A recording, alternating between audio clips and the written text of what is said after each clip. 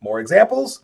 And this time, this is actually more of an applicable example to the real world, not so much chemistry, but just how we can use chemical kinetics for like a practical calculation, which is the following. Labels of many food products have expiration dates, at which point they are typically removed from supermarket shelves.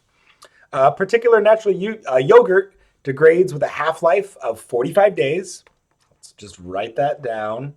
T1/2 equals 45 days.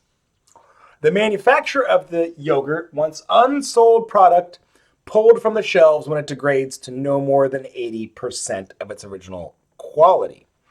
Assuming the degradation process is first order, which most degradations are, whether it's chemistry or whether it's just simply like something falls apart over time, that's going to be first order. What should be the best if used before date on the container with respect to the date the yogurt was packaged? So what we're looking for with this answer is like how many days. We don't know what the dates are, but instead what we can say is how many days will it take this to hit 80%? And so what we also want to think about is what are we going to do with this 80%? And so one way that we could think of that 80% would be the following.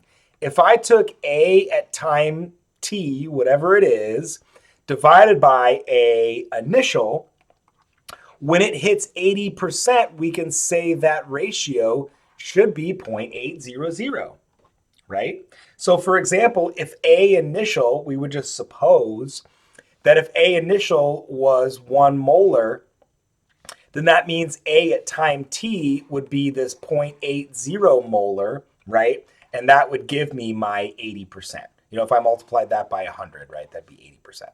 So there's a couple different ways that I can think about this.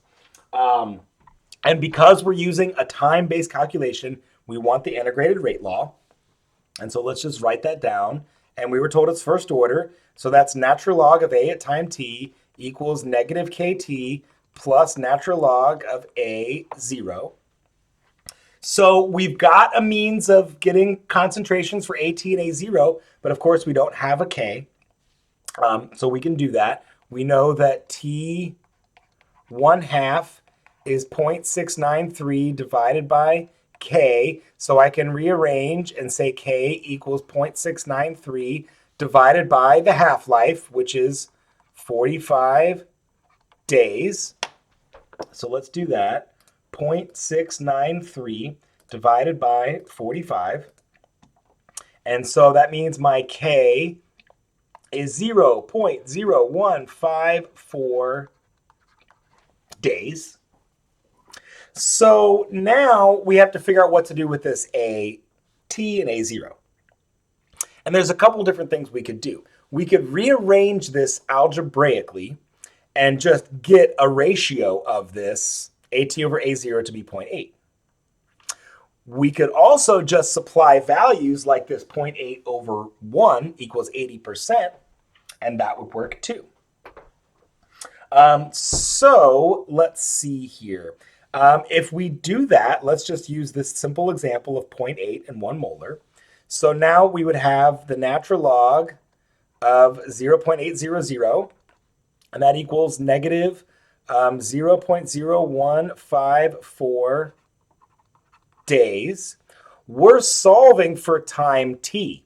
That's what we want to know, okay? And then now that's going to be plus the natural log of 1.000, which of course we know that's going to become 0. But all the same, this is still going to be okay. All right, so what can we do? Well, there's a couple of different things. We know that we're solving for t, okay? So we could divide both sides by k and get a number for this thing. So that would be the natural log of 0.800, and we're going to divide that by negative 0.0154. And that was 1 over days for the rate constant units. And that will give me t. Okay, so let's do it. We could say 0.80 0, 0, natural log. It's a negative number, and that's a good thing because now we're going to divide it by a negative number. We can't have negative time, okay? Beautiful, and it's as simple as that. And we recognize because it's 1 over days, this becomes 1 over days. So my time equals 14.5 days. Perfect, okay? Another way I could have done this algebraically is by recognizing that if I subtract this log over, so in other words, if I make this the natural log of AT minus the natural log of A0, when I have a log trick like that, that's the same thing as saying natural log of AT over the natural log of A0, and that would all equal negative KT. And now you can see why I talked about this as a ratio, right? Because then we could have supplied that ratio in there directly, and it works out the same way.